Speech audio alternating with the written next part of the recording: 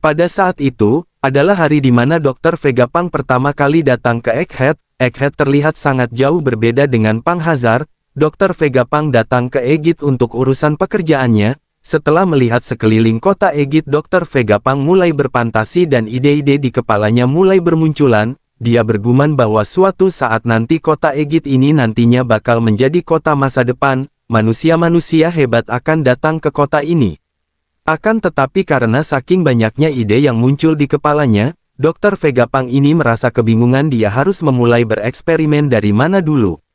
Laksamana Kizaru Borsalino yang berada di depan Dr. Vegapunk menyadari kalau Dr. Vegapunk ini terlihat kebingungan karena dia masih belum hafal posisi laboratoriumnya berada mana saja. Pemerintah dunia yang mengetahui kalau Vegapunk membuat perjanjian dengan Bartolomeo Kuma, mengutus Kizaru untuk mendatangi Dr. Vegapunk untuk memberikan peringatan kepada Vegapunk bahwa diam-diam melakukan negosiasi dengan seorang bajak laut itu merupakan perbuatan yang tidak baik. Lalu terdengar suara Gorosei Saturn dari Dendenmushi. Dia mengatakan kalau perbuatan Vegapunk itu adalah perbuatan yang egois, namun hal tersebut mungkin akan sangat menguntungkan bagi pemerintah dunia. Tetapi Kuma tetaplah seorang bajak laut yang sangat berbahaya dan nilai buronannya cukup besar yaitu 296 juta. Kalau sampai seorang bajak laut seperti Kuma dijadikan klon, hal itu akan berdampak buruk bagi reputasi pemerintah dunia.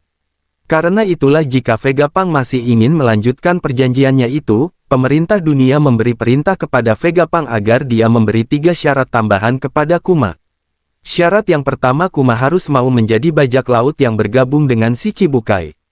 Karena beberapa hari lalu satu Shichibukai telah dikalahkan oleh bajak laut bernama S, dan saat ini kami masih mencari buat penggantinya. Saat ini dunia bajak laut sedang bergejolak, mungkin penunjukan Kuma sebagai Shichibukai tidak akan jadi masalah. Syarat kedua adalah Kuma setuju kalau tubuhnya dimodifikasi menjadi senjata buat angkatan laut. Karena hal itu mungkin akan memberikan efek rasa takut buat para bajak laut. Kuma yang mendengar syarat tersebut merasa senang karena akan sangat membantu pasukan angkatan laut. Namun Gorosei Saturn yang mendengar itu langsung menyuruh Kizaru untuk diam. Dan Saturn melanjutkan penjelasannya karena Kuma masih dikenal sebagai pasukan revolusi, pemerintah tidak akan membiarkan kekuatan yang nantinya didapatkan Kuma akan berdampak malah untuk melawan pemerintah dunia. Karena itulah untuk syarat yang ketiga pemerintah dunia ingin ingatan dan jati diri Kuma dihapus. Vegapunk yang mendengar syarat tambahan dari Sein Saturn itu langsung marah, karena isi syarat tersebut sama saja dengan menyuruh Kuma untuk mati. Apa karena para Shichibukai tidak menuruti perintah dari pemerintah dunia, makanya kalian ingin memodifikasinya? Itu bukan lagi memodifikasi menjadi cyborg melainkan hal itu modifikasi menjadi robot. Apakah kalian ingin menyuruhku membunuh seseorang? Di balik telepon Gorosei Saturn yang mendengar perkataan itu langsung marah dan berkata, sebagai ilmuwan angkatan laut kamu tidak berhak untuk membantah. Itulah 3 syarat tambahkan yang harus dipenuhi oleh Kuma agar anaknya bisa disembuhkan.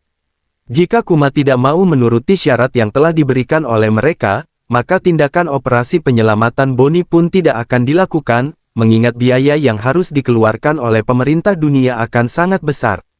Tindakan ini sama saja dengan pembunuhan karena syarat yang harus dipenuhi ini sangat tidak manusiawi. Namun, Kuma dengan berat hati sambil meneteskan air matanya dia menyepakati ketiga syarat tersebut. Kuma sudah merasa putus asa. Karena jika dia tidak menyepakati ketiga syarat itu, nyawa Boni tidak bisa diselamatkan. Maka dari itu Kuma sepakat dengan syarat tersebut dan menyuruh Dr. Vegapunk untuk segera melakukan apa yang diinginkan pemerintah dunia. Walaupun hidup Kuma akan berakhir, namun Kuma mengucapkan terima kasih karena dirinya merasa senang akhirnya nyawa anaknya bakal terselamatkan. Kuma kemudian bertanya kepada Vegapunk kira-kira proses tindakan modifikasinya akan berapa lama? Dan apakah penyakit Boni akan benar-benar sembuh total? Dan Vegapunk pun menjelaskan bahwa proses operasi penyembuhan sisik safir ini membutuhkan waktu kurang lebih 6 bulan dan masa penyembuhan pasca operasinya membutuhkan sekitar 1 tahun, jadi agar Boni bisa sembuh total dan bisa beraktivitas di luar ruangan layaknya manusia normal membutuhkan waktu sekitar 1,5 tahun. Sedangkan untuk proses modifikasi Kuma membutuhkan waktu sedikit lebih lama yaitu membutuhkan waktu sekitar 2 tahun. Mendengar penjelasan Dr. Vegapunk, Kuma pun merasa senang, karena Bonnie akhirnya dapat disembuhkan sebelum umurnya menginjak 10 tahun. Saint Saturn kemudian berbicara setelah Bonnie sudah dinyatakan sembuh, kami akan menyandra Bonnie, untuk berjaga-jaga kalau kamu tidak menaati perintah kami. Dan ketika proses modifikasimu dinyatakan selesai dan jadi dirimu sudah berhasil dihapus, barulah anakmu akan kami bebaskan. Mendengar itu Kuma meyakinkan mereka bahwa dia tidak akan melarikan diri.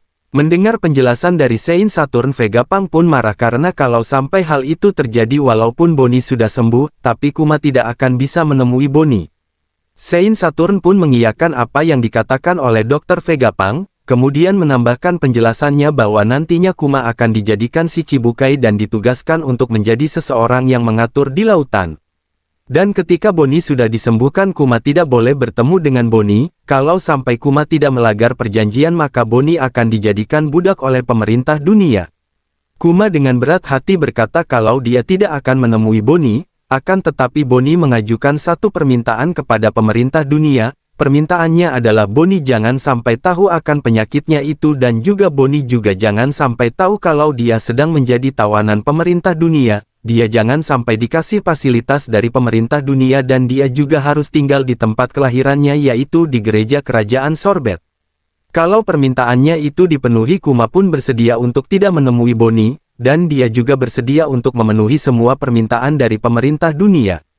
Saint Saturn pun mengiyakan permintaan Kuma tersebut, dan dia juga menjamin semuanya akan berjalan normal seperti tidak ada kejadian apa-apa selama Bonnie ada yang mengawasi. Sepertinya selama 2 tahun ini akan terjadi sesuatu yang menarik. Kemudian Kuma berkata kepada Bonnie bahwa mereka berdua akan tinggal di tempat Dr. Vegapunk selama 6 bulan. Bonnie berkata apakah ayah juga akan menginap di sini.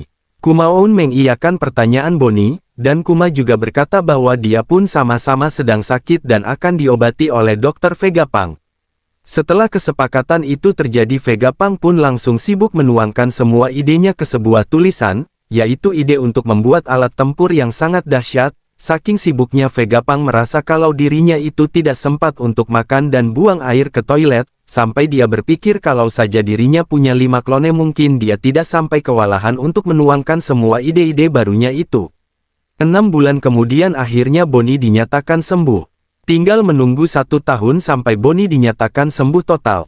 Kuma pun berterima kasih kepada Dr. Vegapunk karena telah menyembuhkan Bonnie. Bonnie juga mengucapkan terima kasih kepada Vegapunk dan Bonnie juga bertanya apakah dia diperbolehkan untuk main lagi ke tempat Vegapunk.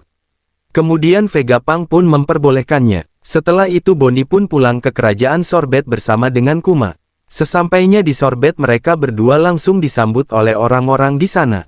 Bonnie pun berkata mengenai keadaannya bahwa setahun ke depan dirinya akan sembuh total, dan dia berkeinginan untuk pergi bermain di luar.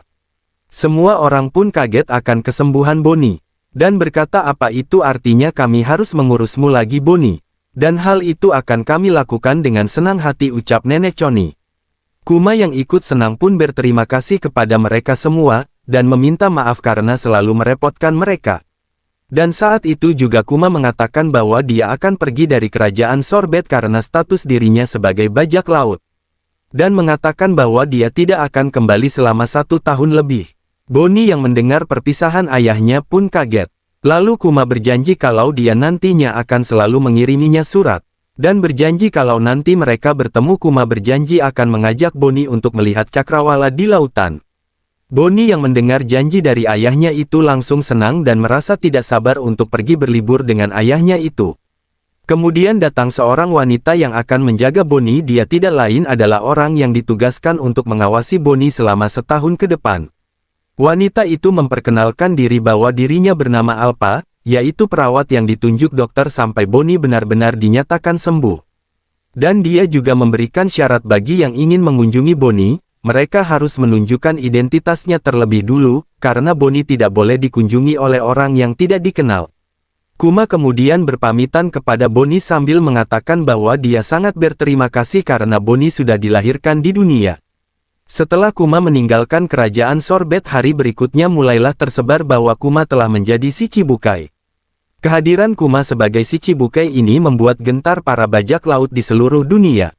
Dan menjadi topik pembicaraan yang hangat di kalangan para bajak laut dan juga Shichibukai lainnya. Mendengar berita tersebut Dragon, Sabo dan kru revolusi lainnya kaget akan keputusan Kuma menjadi seorang Shichibukai. Karena Shichibukai adalah pasukan yang harus tunduk kepada pemerintah dunia. Di suatu tempat Kuma pun mengirimi pesan kepada Bonnie akan keadaan dirinya yang sehat-sehat saja. Tiba-tiba perintah datang kepada Kuma dan menanyakan di mana posisi Kuma berada sekarang. Kuma pun menjawab perintah itu kalau dia sekarang berada di East Blue, kemudian bertanya apa isi perintah itu. Dan chapter 1100 pun berakhir, kira-kira apa kelanjutan dari chapter berikut? Menurut Sobat Manga Fans, akankah Kuma nantinya bisa bertemu dengan Bonnie? Jangan sungkan untuk berkomentar ya.